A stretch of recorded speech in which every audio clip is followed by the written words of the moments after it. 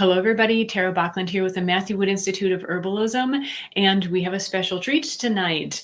It is 3 ways that health astrology can help you in your life. And many of you, I'm sure, are at least familiar with relational astrology, personal astrology, knowing your sun sign and, kind of like the career that matches you, or maybe the loved one that you may want to seek. But did you know that astrology can actually help you with your health? And today we have Kira Sutherland joining us, who is a naturopath and astrologer from Australia. And she teaches many classes on the topic. She also teaches naturopathy. Naturopathy. It's like potato, like I know. It's a hard word. And the university in Australia as well. So she has a strong background in both realms. And so I'm excited for us to have this chat tonight. Yay. Or this morning, where you are. This morning for me, 10 a.m. for me. So we're here. I'm in the Midwest of the United States. Kira is on the East Coast, technically, of Australia, correct? Yes, on the East Coast I'm on a holiday not a holiday. I'm on a working holiday. So I'm up in the tropics, which is divine. You're working on the last stints of your book. And which last 20%.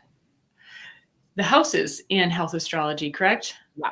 Yes, which is like my favorite topic in medical astrology, is looking at, when you have the whole chart, looking at the houses and how they're affecting your health, both in ailments and what part of the body that's putting pressure on, but also it gives you a really good idea for treatment and what area of somebody's life needs support physically, but also kind of emotionally, mentally. It's so fascinating that this topic of astrology can go into so many realms. And I've certainly gained a ton from early classes that we have at the Matthew Wood Institute of Herbalism on health astrology. But this is going to be step by step. And so if you like the topic, or if you're curious about it, head on over to the Matthew Wood Institute of Herbalism. On the homepage, you'll see the introduction to health astrology for herbalists. This will have an herbal focus, although Kira will also be talking about nutrition and food.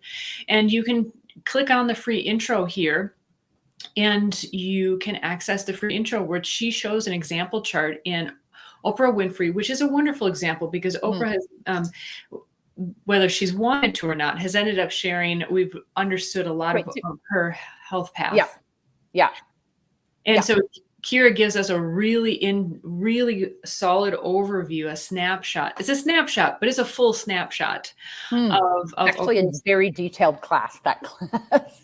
It is. And so if you want the real overview of what is health astrology, this is a really fun one to check out. I want to point out, though, for a little over 24 hours, we still have 50% off the full course, where this is actually going to be a series, an introduction to health astrology. 6 classes starting Monday evening US or Tuesday morning in Australia. So just in a few days. And so for a short time, you can still save 50% off the full course when you apply the coupon Health Snapshot, as you can see on the screen here. So I just wanted, those of you who joined us earlier, just wanted to give you that heads up that there is yet still more to this topic is unending and fascinating. But let's get started. For those of you who are totally brand new, especially health astrology, holy cow, what the heck? This is amazing. Yeah. So what is it? It is, astrology used to be part of medicine until about 350, 400 years ago. So it's not, it's not the be all to end all. You don't have to be doing this, or they weren't always doing it, but it's just another lens to look at the body and the person through. So it was used for hundreds, if not thousands of years. To give you ideas and hints and directions of where to look as to what's going on with somebody. So it's, oh my gosh, where do you even start with it?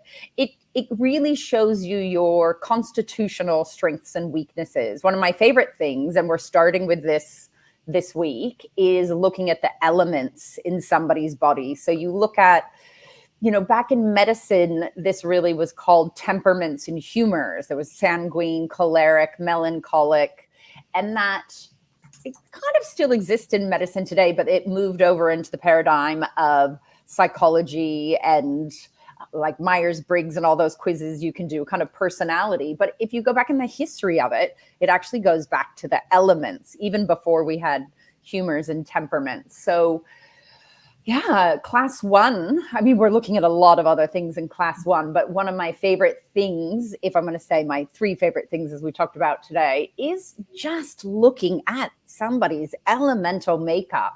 Do they have a lot of fire and no water? That makes them, a lot more prone to hot, dry ailments, more their temper can be more fiery.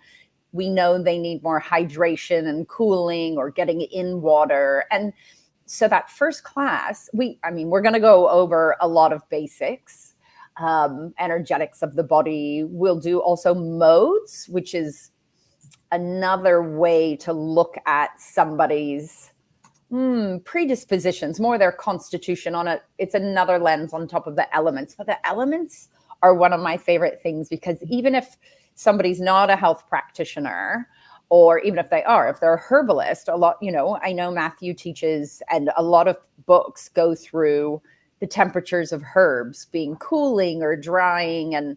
And so knowing somebody's astrological temperatures and dryness, we also can know better how to match herbs to that person's constitution, not just, oh, they have the flu and a fever, great, they need cooling, or, it just gives you another great way to match person to herbs, or ailment to herbs. So that's one of my favorite things about it. And we really do that in class one, laying kind of those foundations of what's going on. Elements are underrated in astrology. All of astrology, I think, doesn't focus on the elements enough. And there's, if you go into Ayurveda or traditional Chinese medicine, which I'll touch on as well, the similarities between the 3 systems, it's all about the elements and balancing the doshas, or, looking at meridian channels. This is our lost history in medicine. Everybody is like, oh yeah, Ayurveda, the doshas, and traditional Chinese medicines, everyone's really accepting of that. Yet medical astrology, probably because we call it astrology, gets this funny kind of rap. Yet it's just our system of assessment. To me, the elements are like the ABCs. I mean, there's only 4 that we commonly use, sometimes 5. It's like when you understand those, if you understand the alphabet, so to speak, and like the way that they're pronounced as the metaphor, right? You get such a deeper understanding. I think the people who really understand the elements, it just enriches the later stuff. It's a solid foundation to understand the more advanced stuff. Yeah. And even besides herbs, foods are all categorized under elements. And do they bring moisture? Are they dry foods? And, depending on what season you're in as well, there's a whole way to look at the elements through, the different cycles and seasons. And I mean, we all eat, it's like in your midwinter, people aren't craving salad. They're craving soup. That is literally eating by element. And so there's ways to apply this for yourself, for clients. It just makes so much sense when you remember to go back to, it is literally the basics. It's fascinating too, like which food plants grow in certain areas better. And like in the tropics, for example, what kind of fruits will grow different than, like, for example, where I live in the Midwest, and how they're just so complementary, the macrobiotic way of eating, right? Where it complements the seasons and the people, the bodies, the people who are in that environment. Yes, absolutely. And we forget that. And, yes, if you really want mango in a smoothie in the middle of winter, you got your frozen mango there. It's probably not going to be the best balancing thing to have a summer fruit in a cold drink in winter. But, you know, in a global world, we have access to food, you know, yearly, yet some of the best ways to eat, as you're saying, are, you know, we often call it the 100-mile diet.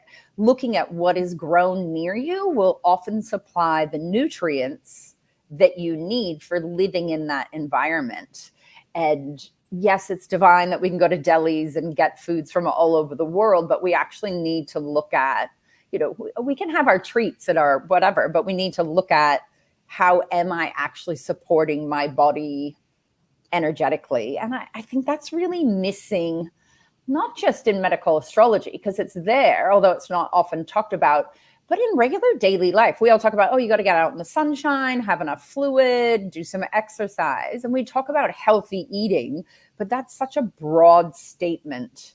And, you know, if we really bring it down to nutrition and how to support ourselves, it's some of the best way to look at it is seasonally and elementally supporting our body. I love this story by my mother-in-law. So she has 2 sons, and when they were little and they got sick, they would crave different things. And her one son, who's not my husband, so my husband's brother, would crave chili. And she is a wonderful mother. She would like really tune in and be like, and just trust that, okay, he must need that. But he's a Cancerian, and so very moist by nature, right?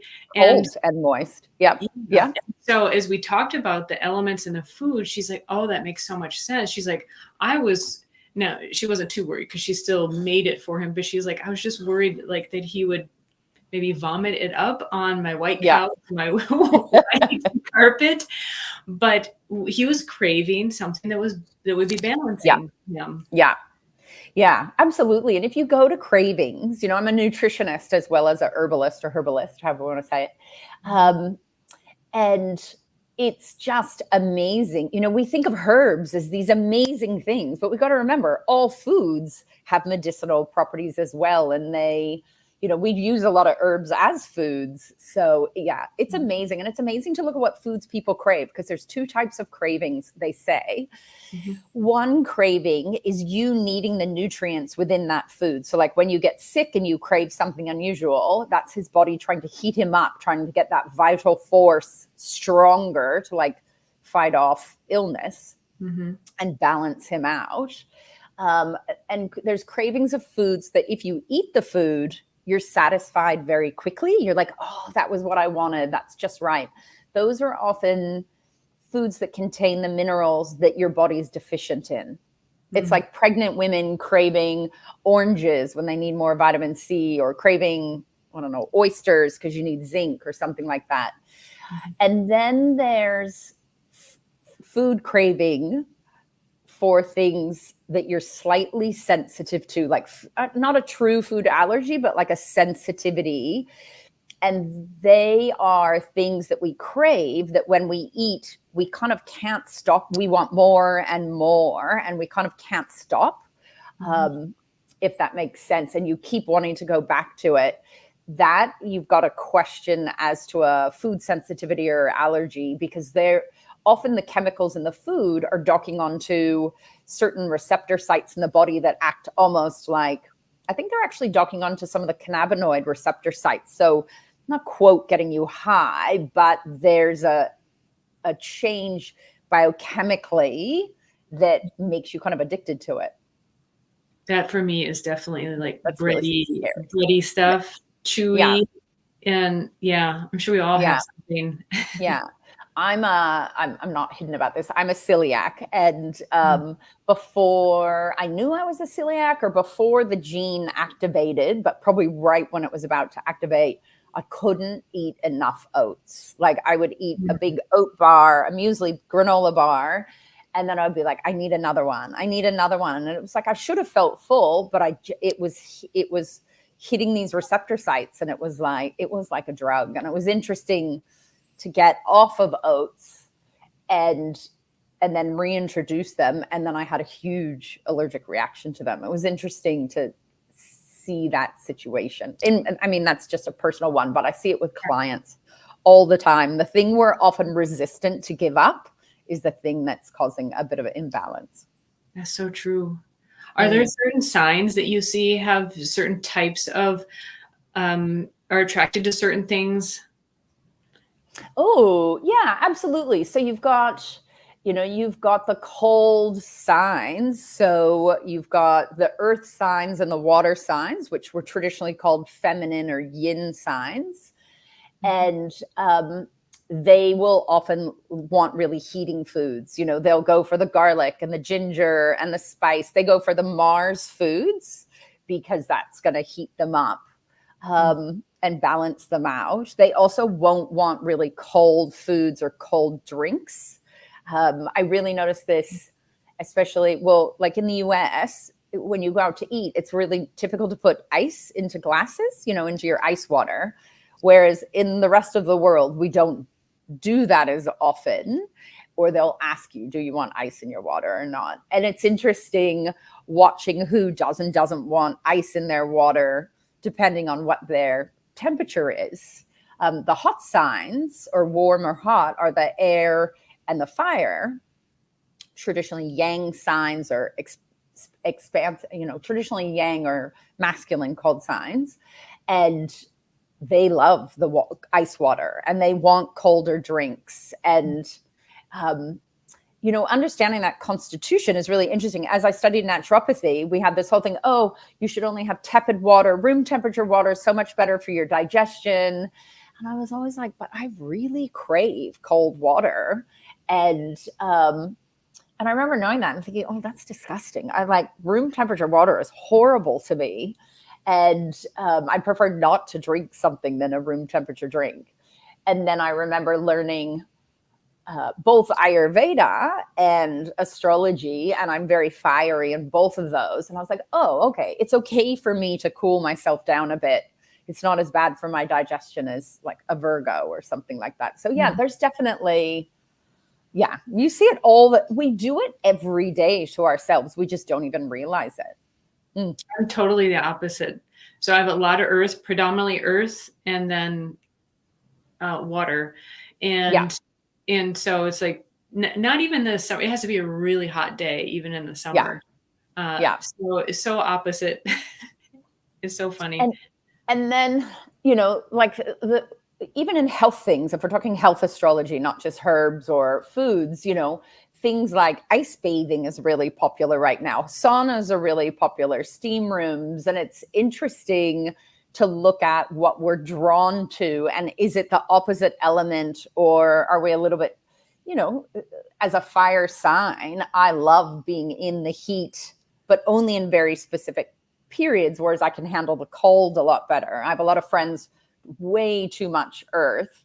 Putting them in an ice bath is like freaking their nervous system out. Like it's not, you can see it's a lot harder for them. And it's just interesting to look at, different styles of exercise, different amounts of sleep. You can see a lot of that astrologically, for just fine tuning for people how to live in better balance with their constitution. And it gives them an understanding why, because we can look at all this science telling us what to do, but it's not appropriate for everybody all the time. And I think we sometimes are like, no, it says we should be doing this. And it's like, well, it doesn't take into account that constitution.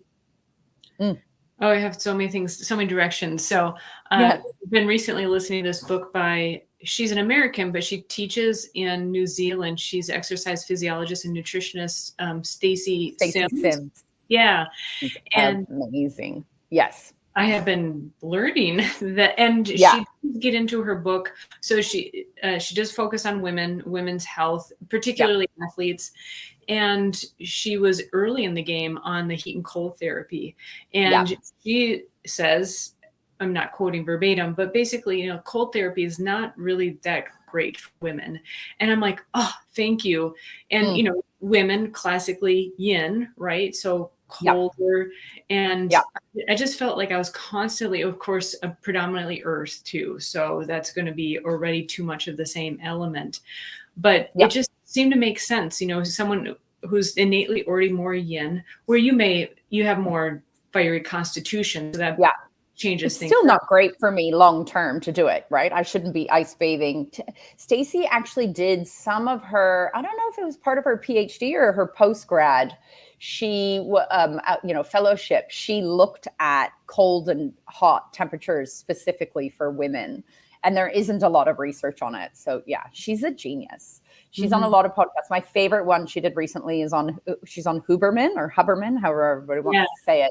She did like a 2.5-hour podcast with him that has so many. I've got post-grad qualifications in sports nutrition, so she's been a favorite of mine for years. But that podcast had so many gems. Yeah, really worth it. I've listened to it twice, that podcast. And I think there's things for women to gain, even if they're not athletes.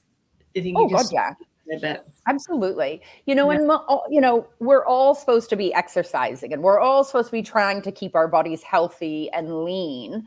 So a lot of the exercise podcasts and physiology is actually applicable for everybody. I definitely teach from that perspective as well a lot of times. And I also think, when I teach medical astrology, it's for everybody, any sex, any gender. But the fascination of looking at, where was I going to go with this? Just all the things we're told to do health-wise with our bodies, all the biohacking that's out there that everybody's reading about. 90% of the science on biohacking has been done on men. And we need to realize that, and again, it doesn't take into account people's constitutions and body types and phenotypes, genotypes, let alone gender, sex, not gender. And I think we need more female. I don't even like the term biohacking. I don't know if I've said that to you before. I find it's like, bio is biology, and then hacking to me is shortcutting, and health is not a shortcut. We know we cannot shortcut it. I always think we should be calling it bioenhancing, not biohacking. Yeah, I like that. Makes sense. Yeah, so, biohacking is such a bro term to me. It's very bro. It totally is. And certainly a woman's body is much more challenging to hack. We're constantly trying to understand our own bodies, and it's just continually changing. It's good. Yeah. And we're getting better. I also lecture in this area, not on medical astrology, but women were left out of research until the last there has been research on women, but the majority of research has been done on kind of your average college age male, and then extrapolated for the female body. And we've now, 30% of what's going on in our bodies is operating differently between male and female. And we're now starting to realize a lot of the science we have isn't totally applicable for females. So if I were to interpret this first 3 ways that health astrology can help you in your life, would be you have a more holistic view of how your body, or maybe your client, not even their body, but like their personality, why they might be gravitating towards a certain food or activity, and just be able to have a bigger picture.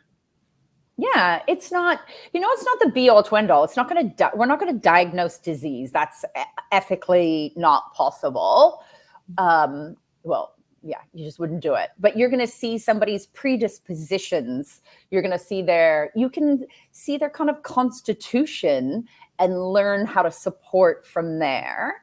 Number 2, you are going to see the systems or the organs that are a little bit, they're under more stress, or by default, what system takes most of the stress when somebody's not doing well or emotionally struggling. So you can see, is this person's nervous system, really hypersensitive and reactive, versus, is this person, it's more their digestive system that's going to be the weaker system. So you can see where we struggle and learn how to build those systems up, and thus the whole constitution be healthier. It's like a little roadmap, or I often say it's like a blueprint into somebody's structure. That's really what it's doing. Is that all within the elements category, or you're going into other Oh aspects? no, that's everything. So that would be the elements. The modes are, if people don't know what modes are, uh, modes are almost like doshas in Ayurveda, but that's not a great explanation either. The modes are a type of energy that each sign is. So 4 of the signs are what's known as a cardinal mode. And cardinal is like they start at the start of each season. So at the equinoxes and the solstices, those signs are cardinal. Cardinal is like initiating action. They start really strong, but they can peter off. They have a lot of vitality, not incredible staying power though. And then we have the fixed signs, which are in the middle of the seasons, and they're more stubborn and stable. They don't want to do a lot of change quickly, but they're very strong constitutionally. And then, I can hear a cat. Is that a cat that I hear? Oh, I love it. She came in to visit. Oh, I saw someone walking a cat on a leash today. I love when people do that. It's so funny. On a beach of all places. It was random. And then we have the mutable signs, which are at the end of each season. And mutable is changeable and will take in more information and process and alter things more quickly, but not as strong constitutionally. And so we do look at health through the modes as well. And it also just gives you an idea of what motivates people or how willing they are to make changes quickly or not. Mm-hmm. So elements, especially this week, we're doing elements, we're doing modes. I will intro you to all the houses as well. The 12 houses in medical astrology, if you're looking at the circular chart, are like the 12 pieces of pie that we divide the chart up in. And there's a lot connected to the physical body and the organs and the 12 houses. So I think that's it gives you great structure for understanding each sign as it correlates to houses, but also just where things play out for people in their body. But the other thing it does is it gives us hints as to the emotional, mental, not just physical areas. Each house area is in charge of certain things. Let me back up. Like the first house is about the self and the physical body. Second house is like what you value. So you can also look at how they value health, how they value their own body, how they value food. Are they interested in food or not? The third house is like communication and how we connect. And so it also gives you this great framework, not just physically, but to talk to people and give them other motivations or things to, I use it a lot in treatment for, getting that area active, maybe not physically, but emotionally or spiritually to help support whatever's going on physically. Did that make sense? It'll make sense in the class. Mm-hmm. It is something that needs to be explained more. It is tough. Yeah. But it sounds like you can, of all these things, you can get a different perspective, rather than reading someone's medical history and their questionnaire or their intake form. You can also look at, like, is this something that is innately a part of them, or is this something that's developed over time? Why is this person having heartburn because they're a fire type, or have they gotten out of balance and it has developed into that? Is their digestion too weak? Like, is it too much fire or not enough fire? And then things are fermenting because they're not digesting. Or is it that their nervous system is shutting down their digestive system because they're sitting up in like a sympathetic dominant fight flight? So their digestive system is struggling. So it gives you, people come for medical astrology. This is not like, let me tell you everything wrong with you. People come and they tell you what their ailments are. And then you use the chart like a map to find why that is, where's the pressure of what's happening for them, and then something to go do about it. This is not This is not like a psychic read where I'm going to be like, oh, you have liver issues and blah, blah. That's absolutely, I personally don't do any predictive astrology because I leave that other people and other styles. I'm not going to tell someone when they're going to get better or worse because it's up to them and the effort they put in as well as what's going on for them. So for me, it's much more a guide.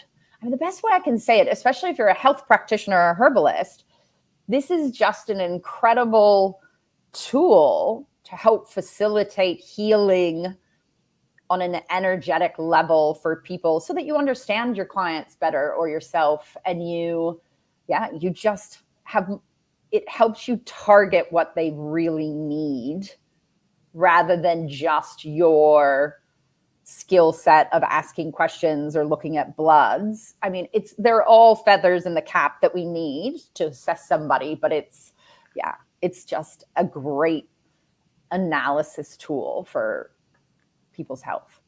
It's kind of sad that it's not used more because it's like a cheat sheet. It's so good. This is tangential, but it will relate. In my business, it's all about communication, right? It's all classes, broadcasting, emailing, social media. And several years ago, as I was learning astrology, I noticed that it was during Mercury retrograde, but in Virgo, particularly if there's any, or like a full moon in Virgo or something more going on in Virgo, the help questions would be different. Like people would be more particular or have more questions or want more details. Yes. And it was so interesting. So instead of like, after you answer 20 emails, you might be like, oh my gosh, why do they want more details? And then I'll be like, oh, it's Mercury retrograde in Virgo is going to, which we had recently, right? Yeah. And then went into Leo, like, okay, that makes perfect sense. I can just like calm down. Or my example of myself that's more health related this weekend. So it's Saturday here. And usually the weekends I try to save for us to go mountain biking. Like I try to keep the calendar clear so that if the weather is good, then we can do our mountain biking. But today I was just like, I just really want to stay home. I need a home day. I need to not just need to, I really want to clean up the dishes, do some laundry, tidy this up. And I'm like, I didn't remember where the moon was. I'm like, I'm going to look. I bet it's in Taurus or something. And sure enough, is it? It's in Taurus. Oh, is it? Has to be an earth sign, but it feels more Taurus-y. And it was. It is.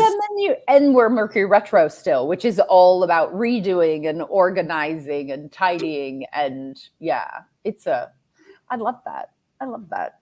Well, it helps me to take it easy on myself because I have a personality where I can just fight through it and just go, no, I decided I was going to go mountain biking. I'm going to do it, but it's a way of helping my mind rationalize with my body. Like, no, you got to tune in. It's good. It's okay.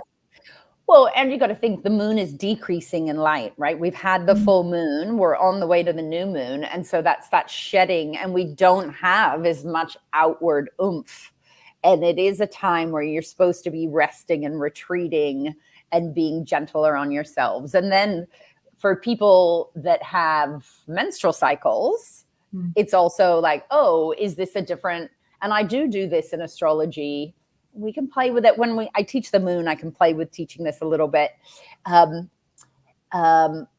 Depending on where somebody is in their cycle, they were great at doing exercise. And this is Stacy would be saying this as well, going out and doing harder exercise, or are you in the phase of a cycle where you should be retreating and nourishing and your body doesn't want to, go hard. So there's all those factors and they all could be lining up together, not just the Taurus moon.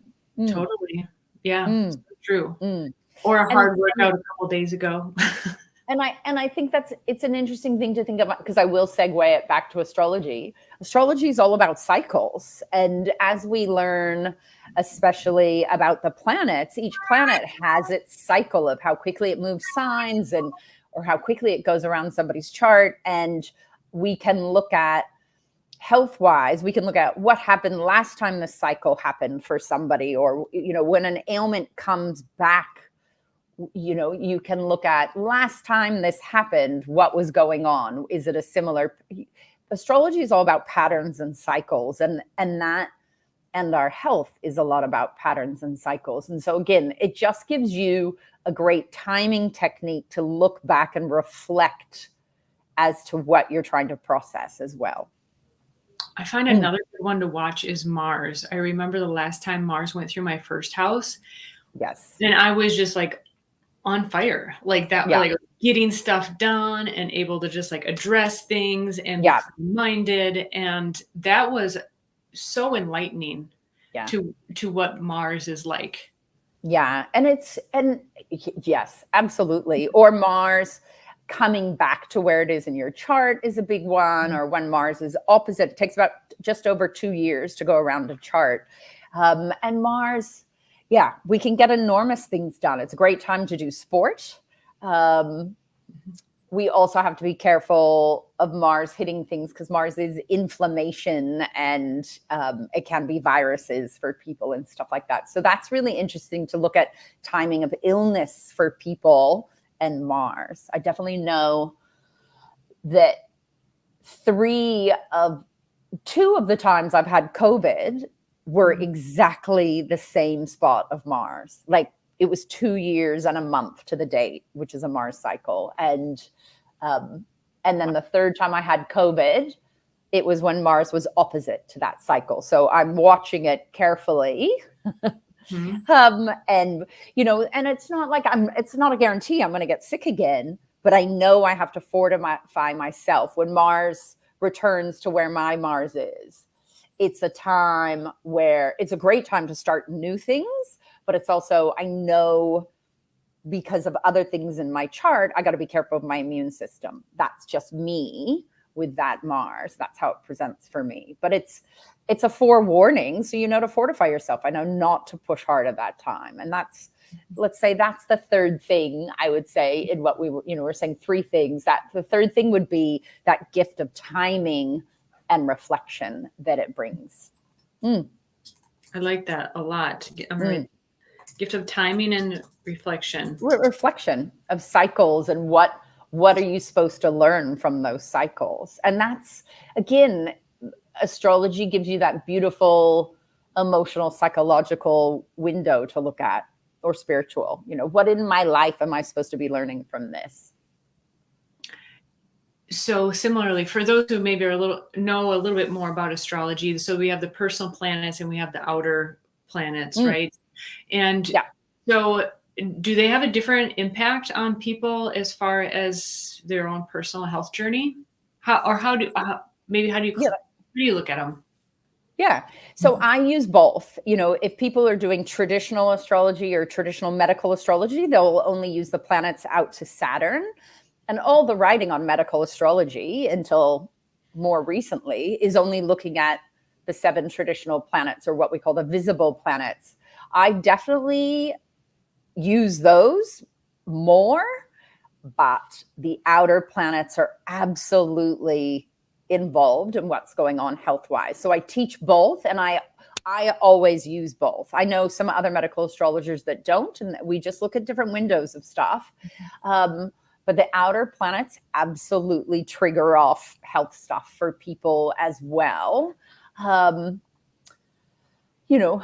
inner planets that move faster are easier to learn what those cycles are about, whereas the outers are kind of these bigger triggers that take longer to kind of assess. But I don't.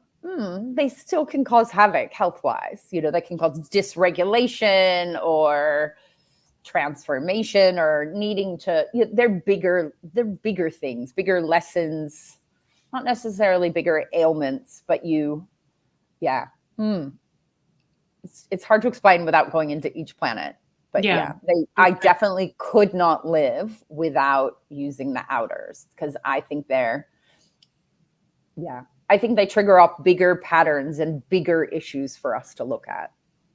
Certainly, anyone following astrology since the pandemic, there were certain planets that were mentioned over and over and Yeah. over again. So if you do follow astrology at all, you've certainly heard about that. But Yeah. I think the nodes were really involved as well, mm, in that I don't think I've had this discussion with you. no. The nodes, like the moon's nodes, are these 2 points opposite each other, and they move backwards through the chart. And when COVID was labeled a pandemic or epidemic or whatever, who said it was when the nodes were in Gemini and Sagittarius. Mm. And that was when COVID first came around. It was really going to the lungs, right? People were dying from lung stuff, right? They were on respirators, and the North Node was in Gemini, which rules the lungs. And then, we went through COVID for a while. The nodes moved to Taurus, North Node, Taurus, South Node, Scorpio. And that was kind of that second round of COVID, when it had altered, was like from, I don't know, it was alpha, delta, beta. I can't remember all those, but it had changed, and it was a lot more of a sore throat. People were like, oh my God, my throat's terrible. It was still going to the lungs, but the lungs weren't such an issue anymore. It was a lot around tonsils and throat. And then that third round that we hit, the nodes had moved to Aries, Aries Libra, and Aries is the head, and there was a lot more headache and fever, and I just saw a lot more head ailments rather than lung. So I think there's been an interesting progression to watch of the nodes through the body and how a virus was presenting differently. That makes total sense. I hadn't thought about that. That makes total sense. I've to bring up another example of how I've used what I know so far of health astrology in my life. We've talked about it publicly on the Matthew Wood Institute of Herbalism, also on the within the school, and then also on the YouTube channel about diverticulitis. And my husband was diagnosed with diverticulitis, but he had an incident of an abscess actually bursting, and so lots of peritonitis associated with that, all sorts of very traumatic time. Yes, very big problem. And so since then, I went back to that time when that was happening. Of course, it doesn't happen all at once. Something like that, it happens over a great amount of time. And he was diagnosed with diverticulitis, but he believes that it actually was a soft tissue injury from a mountain biking accident.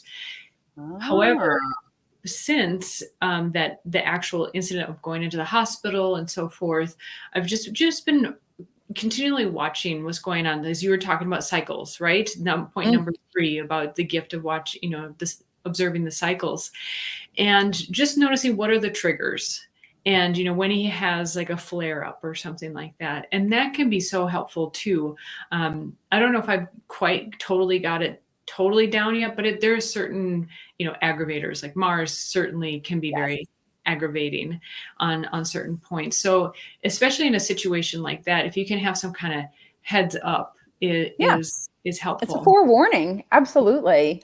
This is coming up. Like I said, I don't do predictions, but when you use transits and progressions is really what we're talking about. Looking at looking at your natal chart and then the planets where they are right now as they're moving around and triggering things off. It's incredible forewarning for people and their health. You're not going to predict. I would never predict, an actual illness, but I'd be like, hey, the inflammatory planet is coming towards your area that rules the bowels. So let's make sure your bowels are really healthy. I'm not going to predict diverticulitis for somebody or predict liver cancer. It's so dangerous to predict ailments. I really have a thing about that.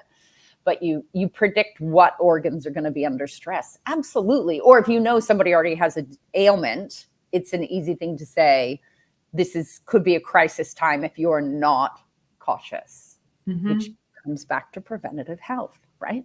Absolutely. Taking care. Prevention is so much easier than fixing. Yeah, knowing where your natural weaknesses are, where your natural challenge points are. Yeah. You said early Yeah. on.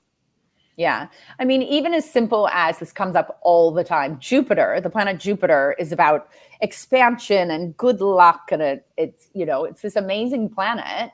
But health wise, it rules the liver, but it also rules fat, like fats that we eat that we love, but gaining fat, things growing, like growing taller.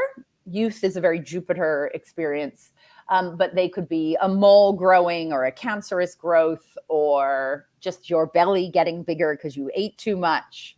And so watching Jupiter around somebody's chart is really interesting because if Jupiter goes through their first house or through their sixth house, we do have a tendency to get, it takes about a year through each house. The first house is the physical body. The sixth house is your house of illness, but it's also, I would call it your preventative health house. Like it's where you do the hard work to stay healthy. So Jupiter going through the first or the sixth, if you're not cautious, is a really easy time to gain weight. And so again, you could do all this prevention of it or being aware of that happening. It might not be that, but yeah, I definitely see people get cravings or they end up with deficiencies and, not deficiencies. It gives you a hint as to what nutrients you can give so that they don't have as many cravings or really watching their appetite and watching their blood sugar levels. And yeah, and I have used at times high fat diets for people with Jupiter going through the first or the sixth. And they would never have done that before. And all of a sudden they're like, that was the easiest thing I've ever done. I had this client lose 100 pounds on a high fat diet. They were trying to lose that 100 pounds for 30 years. Every diet in the world. We watched Jupiter and I was like, this is a great time to do this. And she was like, okay, I'll do it. I did it easily. It was amazing. She called me. I didn't hear from her for like a year. And then I got this random email that she had lost 100 pounds and how that session just triggered off. It gave her the right tools to finally make some lifestyle changes. You still have to do the work, right? Astrology doesn't do the work for you. That's amazing. That's incredible. There you go. I have her chart somewhere. I should find it. Yeah, I was wondering, like, what is dominant? Like, what's her rising sign, or was she naturally oriented towards a high fat diet? No. She was like Cancer rising, which Cancer is the moon. They ruled by the moon. They tend to love dairy. They love sweets. Yeah. They love carbs is their thing. She was like a Sag with a Cancer rising or something like that. I mean, a Sag can like fats and creamy foods, but specifically going into it. And I wouldn't put every person on a ketogenic diet, but it was just such a great moment for her to do it. It happened. And that's the thing. That's the timing thing with astrology. You can look at what's going on. What are the influences? And instead of sitting there going, oh my God, this could be a disaster, you can take it and use the momentum of these cycles for amazing things. Yeah, totally. There's so many directions to go into. I see there are a couple of the planets that I have like personifications with them, just like it helps. It's my own thing. Well, maybe someone has done it too, but I see Jupiter as like Santa Claus, just like happy, jolly, eat, enjoy, big, Don't tell me not to eat. Like they don't want to be limited.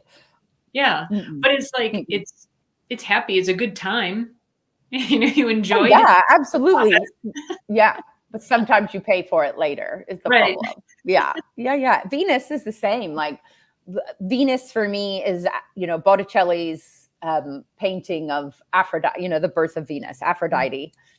I always just see Venus that way. And it's lush and she's round and gorgeous and loves luxury and indulgences. Venus rules sugars and pleasures, which is great, but we can do that too much too. In traditional astrology, Venus and Jupiter are what are called your benefics, your really positive planets. They bring great things. And they do. But in medical astrology, it can be too much of a good thing. And at times we overdo it. We're also living in a world where we have access to a lot more sugar. So, we're genetically designed, back in caveman days, we're still the same as that. We are driven to want sugar, fat, sweet, fats, and salt are the three drivers because they were very hard to access. Sweet doesn't exist in nature except during summer when you have summer fruits. And if you're lucky enough and daring enough to pull down a beehive, right? There's, some plants can be a little bit sweet, but again, how long have we been actually growing plants? 10,000 years. And then fats naturally came from seeds and nuts, which a lot of people weren't eating, or again, hard to access, or through, and I'm sorry if anyone's plant-based eaters here, but fats came from animal fats, and animals in the wild are lean and don't have a lot of fat. So we have this drive for fats because it's high calorie, which keeps us safe. So, yeah, those things were hard to get. Whereas in the modern world, fats and sugars are everywhere and they're so yummy and our taste buds are still trained to really want them. Sorry, I've gone on this huge nutrition segue. So our problem is it's readily accessible. And so we still have this almost native drive to have them, but we have too much. Mm-hmm. So Venus and Jupiter is a lot of downfall for us health-wise. I think that's where we overdo it. Or maybe someone with a lot of Saturn might be very regimented. They're good at sticking to maybe too much at times. Yeah, absolutely. There's definitely charts where you can see they're more restrictive with their food or more controlled. Saturn and Mars are your traditional malefics, mal or bad bringers, traditional harder planets medically. Mars is like acute ailments and Saturn is restriction and underfunctioning. And we go through this in the class. And they still cause it. They do definitely trigger health problems, but they're also great planets to use to have better control and have better structure around health. Or Mars can very much be about exercise. So I'm always talking to my clients about how to get the Mars on. Where is your Mars and how does it want to go do sport? Because we all know we need to go do exercise, but we don't all love the same exercise, right? Some people love their HIIT classes and some people love bushwalking or mountain biking. So it's also about looking at somebody's Mars and how does it want to go do sport? And I use that a lot. I use a lot of the natal chart about, like I've said, who's in front of me and how am I going to make that chart the happiest? It's so interesting. I don't know the health astrology houses, so I'm really looking forward to this. I've just kind of used the traditional houses to interpret, and my husband has Mars in the 6th house, and so daily work kind of and health is how I interpreted that. And he has been an professional racer. He's been a professional martial artist, and his other professional life has been in the machinery field. So making precision parts and Mars rules metals, right? It rules steel and rules iron. Originally, who would be the blacksmith in the town. Yeah. And so it's like, when I put that together, I was like, this stuff is real. Yeah. This is incredible. Yeah, and Mars in the 6th, they're good at exercising. They're good. They know they feel better if they exercise every day. Mars, in traditional astrology, Mars has its joy in the 6th. And so it loves to be used. And the 6th house is about daily routine. It's about work, service to others. But I really see it as service to our own body and keeping healthy. And so Mars is really happy there. And it's easy to be a regular exerciser. Yeah, definitely. It's a great way to use it. Yeah. How about one question before we wrap up and try to summarize all these nuggets? How do you address a stellium when you see a stellium in a health astrology chart? So a stellium, for those of you who are more herbal than astrology, a stellium is where you have 3 or more planets all sitting together in one sign, usually sitting within one house. It depends on what house system you're using. You just know that there's an overabundance. It depends on what planets and what sign it's in, but there's an overabundance there. So they will feel very comfortable there and using that area.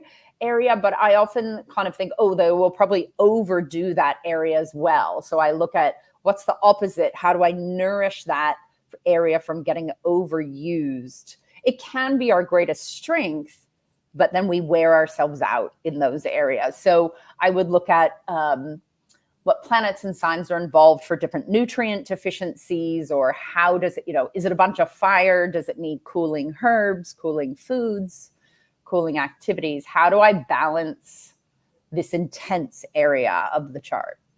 So really so much comes back to balance. Yes. Seeing what's out of balance and how to help it come back to balance. And in medical astrology, we probably don't talk about this enough. The opposite signs are always, even physiologically, I almost said the wrong word. They're very connected, right? Like Taurus rules the throat and the thyroid. Scorpio is the reproductive system. They're actually very connected in physiology. So also when one area is out, the other area will go out in sympathy. Or if we're treating one area, we often also want to encourage that other, they're pressure points for each other that we need to support. Mm-hmm. Oppositions are huge, actually, opposite signs. Yeah, I think so too. It's really, really stunning. Oh yeah. And how they figured this out thousands of years ago is even more stunning, right? And like science is proving these connections that they don't even know they're proving medical astrology. But like my favorite is Virgo to Pisces. Virgo is the small intestines. It's, your digestive system. It's where you absorb nutrients. And then Pisces is the immune system. And we now know 70% of the immune system resides within your intestines. And it's like, but we've always kind of known they influence each other, but we now have the science behind it. It's amazing. And the thing is, you don't have to know a great deal to be able to pick up on things. You can know it's illustrated in the snapshot, just by looking at a few things, even at Oprah's chart, you can see clearly there are some outliers here. Yeah. And I think that's the thing, especially if you're a herbalist or other practitioner, it's just it's just another lens. Like if I don't know,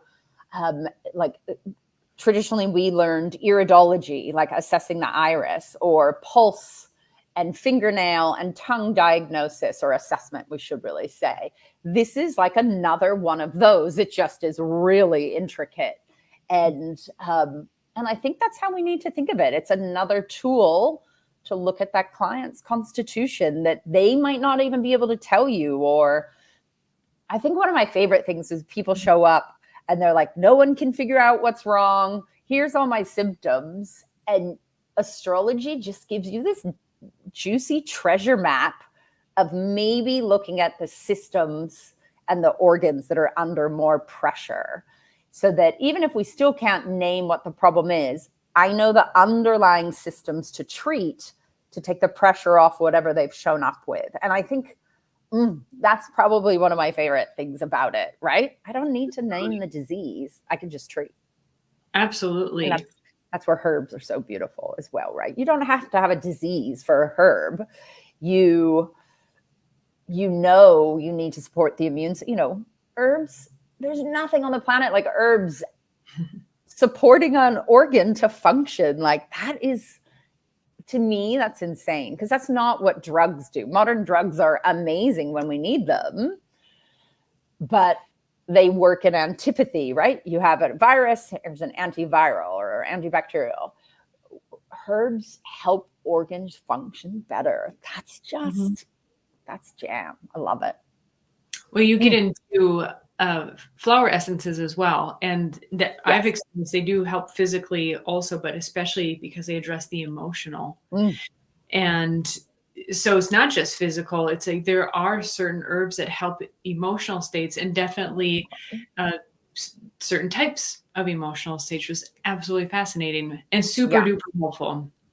Oh my gosh, I couldn't live without flower essences. Like flower essences are one of my favorite things because you give them to animals, children, and people on medications. They're so gentle, yet just have that beautiful effect on people. And we go through those per sign. We will go through when I'm going through the signs, we're going through common ailments and body rulerships. But what we're really looking at is what foods are really good for supporting those signs.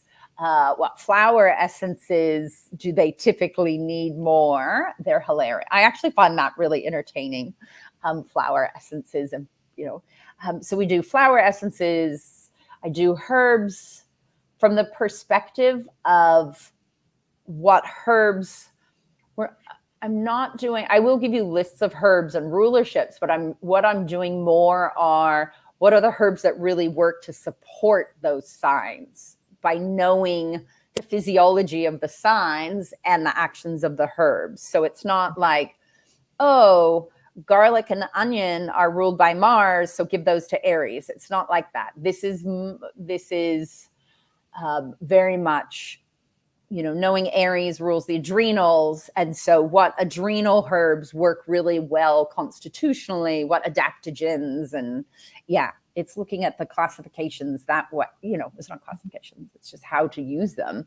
So it's I'm a real how to, it has to be practical. You got to be able to go away and use it.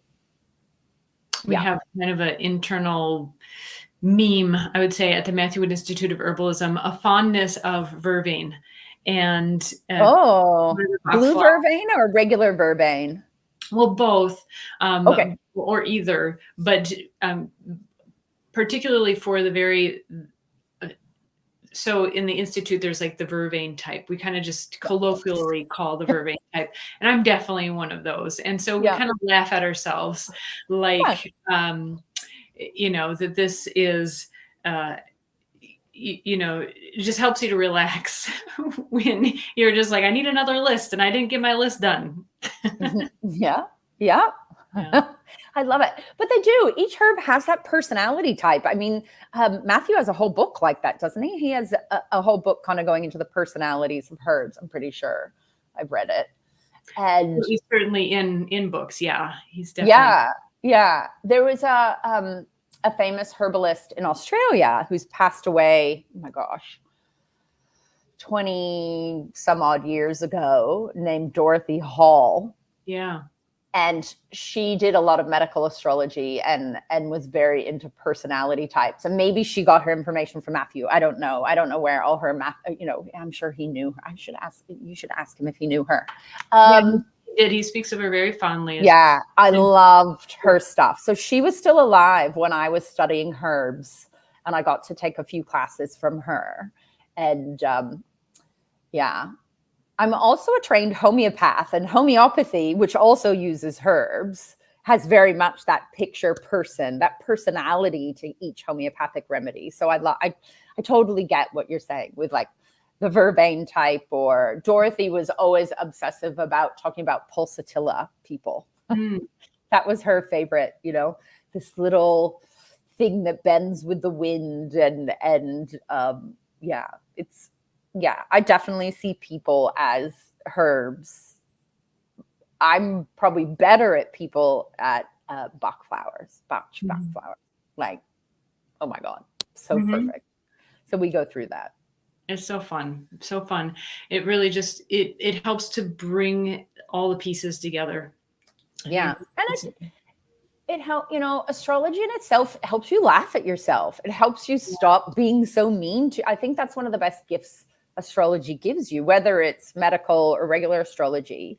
It stops you beating yourself up. You're like, okay, that's who I am. So let's figure out how to work with it. right? Rather than being like, oh, I wish I wouldn't always interrupt people, or I wish I wasn't so fiery with this. And it's like, you know what? That's who I am. Yeah. So let's figure out how to work with those as a strength rather than something I'm going to be mean to myself about. Definitely. It's definitely one of those topics you can easily talk for hours about. Yes. So what I heard in the 3, but if your 3 were different, that's okay. We probably have 5. I think so. I heard you can get a good overview of a person. So whether it's yourself or a client coming in, you can get just a broader picture. And just other than just what they did on the intake form and, you know, in focusing in. I also heard that on the other hand, you can get specific organs, specific ailments, and start piecing that to get together a lot better. Yeah. And then for sure, number 3, I heard the gift of timing and reflection of cycles. Yeah.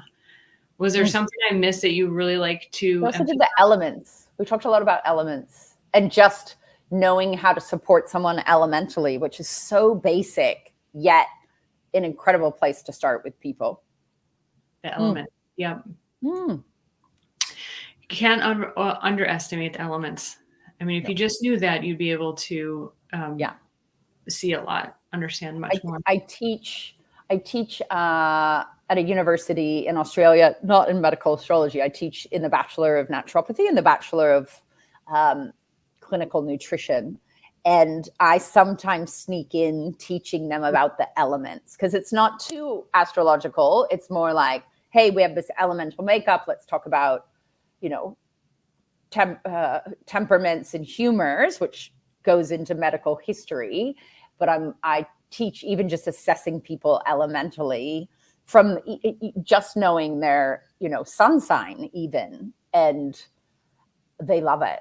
It's a great counseling tool. You know, even if you know, I love it. Even if you just know someone's first element, you can know how to better communicate to them, right? If you have an air sign, you need to be using, sorry, I've gone on to another topic, but you need to be using thinking words for them. Whereas a water sign needs feeling, right? If you're not using feeling words, they're not going to feel very heard, right? They'll be like, I didn't connect with that practitioner. And, you know, it's like so I use it as this counseling tool to teach my students better communication, to get to know a client, right? If it's a fire sign, it's actiony words. What are we going to do about this? Well, how does that represent in your body?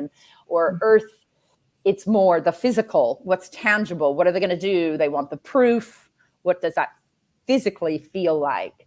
And just when somebody feels heard and understood, they will tell you so much more about what's, you know, it's like when you meet somebody and you just connect with them. Of course, it goes deeper. And it's, I sneak that into the degree. They know I do it. My supervisors. That's nice. I mean, what a terrific benefit, because communication is everything. I mean, and so much of the communication is also nonverbal, what you perceive coming back.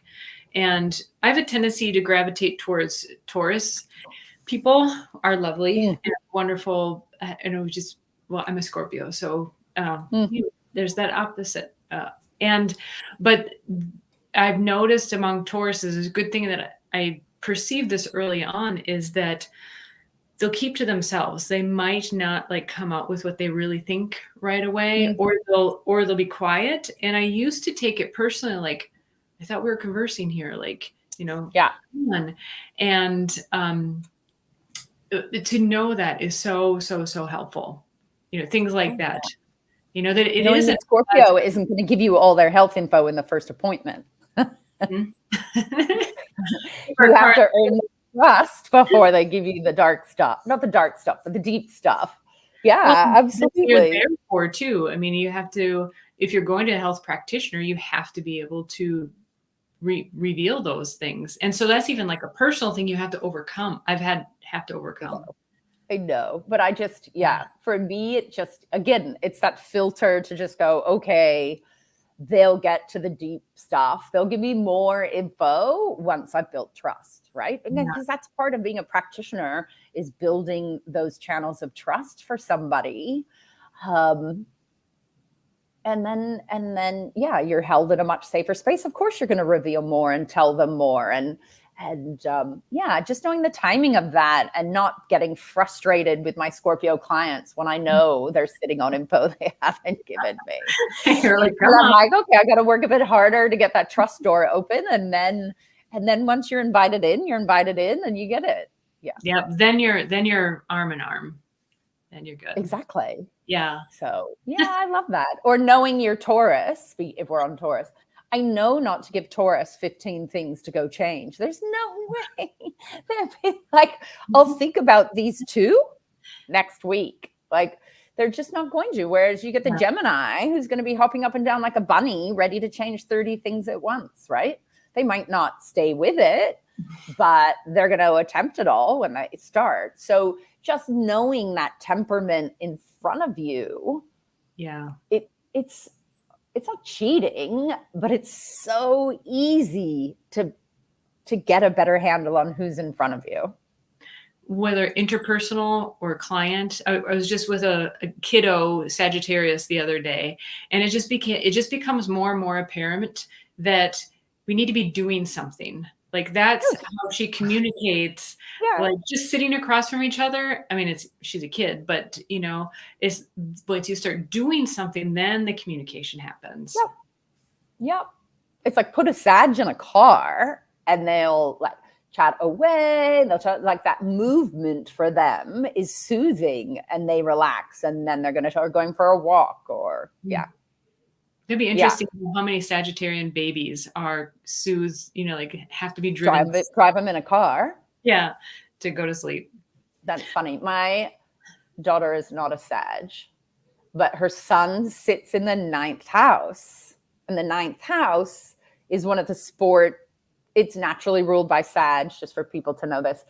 And it's sport and journeys. It's about overseas travel. And she, as a baby, yes, you would drive forever because she would fall asleep in the car. But even with like pushing a, what do you say, pram, stroller, what do we call them? Pram? Stroller. Okay. Australia, we say pram. Mm-hmm. She would fall asleep or you were walking, but the minute you stopped, she would wake up. And so I would run into people and I would be like moving the pram still, or even like putting a sunshade down on the pram. I would somehow have to like keep the stroller moving and put the sunshade down, because literally the moment you stopped moving, she would wake up. Yeah. So I can verify that one for a sun in the 9th. So interesting. And I think it helps us all, just even have a little bit more patience with ourselves and others. And others. Yes. Mm-hmm. I'm so much kinder to myself. And my internal dialogue towards others is definitely kinder. Instead of like, what is going on with them? Maybe like guessing what their chart looks like. Yeah. Just knowing why they're different, right? Accepting that people are all different and they don't process the same, and they don't. I mean, this is more psychological astrology, but it's amazing. My daughter and I talk astrology a lot. She's 18 now. And even just looking at different friends or friends of friends and why they do certain things differently to her. And we always use the astrology filter. And it's like, oh, yes, they're a Taurus. That's going to be really different. Or this is what's important for them. And no, in a fight, they are not going to back down. Or, yeah.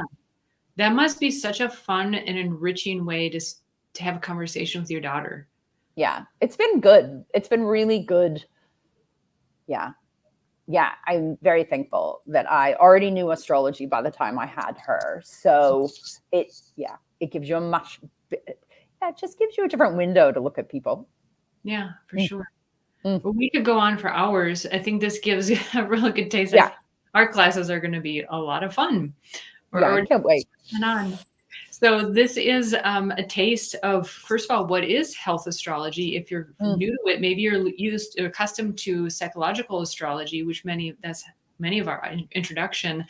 Mm. Tonight was 3 ways that Health Astrology can help improve your life. There's also another free class, free snapshot of Health Astrology chart, but we are starting a full series on introduction to health astrology, and just for about another 24 hours. So look at the time clock, timestamp of when this podcast happened.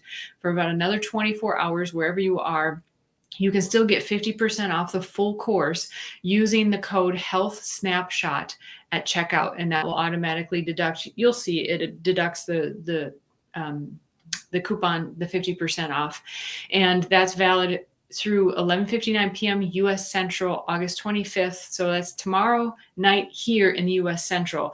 I just say do it right away, because if you're in any other time zone, it can be so tricky to convert those. So Yes. Jump on it right away. Our first deals are always our best deals. And this introduction to health astrology for herbalists, now Kira will cover also some foods, Bach flowers, and we'll stretch it out a bit. You could take the class if you weren't an herbalist. Perfect. And if you're new to astrology, so we did go off onto some more advanced topics, but you can be brand new to astrology, certainly brand new to health astrology. A bit of background, of course, does help. But we wanted to gear this towards the beginner, but also those who do know some astrology, that it can really come together and help you understand how this really ancient art of health astrology is really, ironically, is having, I say ironically, a renaissance. Absolutely. It's having a heyday at the moment, last couple of years. Well, it's so effective, right? It's such a terrific tool. And check out the page here. It gives all the details of what we'll be covering, all the basics, like Kira said, energetics and elements, the modes, houses in health astrology, which Kira is currently completing a book on this topic. And so stay tuned for that. Planets in health astrology, the 12 signs of the zodiac, their rulership and corresponding health issues. For example, what organs might be affected, what ailments might show up, health personalities, which is so, we concluded talking about a lot of that. And then last but not least, certainly we'll be covering in each class herbs, and then throughout Bach flowers, flower essences, foods, and of course, always to support and balance out the constitution, balance out the unique person. And here are the dates. They are in U.S. Central time zones. If we also do have an easy time zone converter right here. So if you're in another time zone, you can just plug it in. And this is my favorite one. It's easy to use, but you can join us live, and the recordings will be available within 2 business days, and we will email you that link and all the details. Kira also puts together beautiful slides that help you to follow along. And amount of slides. She does not leave out details. And this is what I really appreciate, is that you'll be getting a full course worth of content, not just an overview. You'll getting solid education, and the slides really, I mean, you can go away. I think that they basically are going to compile a book. Their book I've seen. Yeah. Let's see. We will also have an optional test and certificate. So that will be towards the end. We'll have to compile that, but especially if you're working on towards accreditation, or you just like having that folder or on your wall, those certificates of your hard-earned efforts. It's important to point out that if you want to attend the live classes, those are included in the pay once option only. So this is the regular price. Regular price is $576 for a short time here. You can still use the coupon and get 50% off. This is the option you want if you want to join the live classes. And of course, details are all on the page here. Go to MatthewWood-Institute-of-Herbalism.com, and you can see, you can do the learn more. We'll lead you to the information page. Free intro will also lead you to the full information page as well. And I'll give out that coupon once more. That coupon code is Health Snapshot, and you put that in at checkout, and it'll deduct 50% off the current full price. What else What would you like to say in conclusion? Oh, I'm just really excited to start the class. I'm incredibly honored to be teaching for the Institute. And yeah, I'm just very excited to get it going and get into it deeply for the herbalists in, giving them another tool to use. We're looking forward to it too. It's a topic that we all love here at the team at the Institute, and we definitely know that students love it as well. Anyway, it's just it is woven throughout classes at the Institute, so it fits perfectly. Yeah. Helps you. Yeah. Really gives you a notch up on your understanding of herbalism. Wonderful. Thank you so much. Have a wonderful writing retreat. I look forward to reading it. See you in 2 days. Have a great one. Bye, everybody.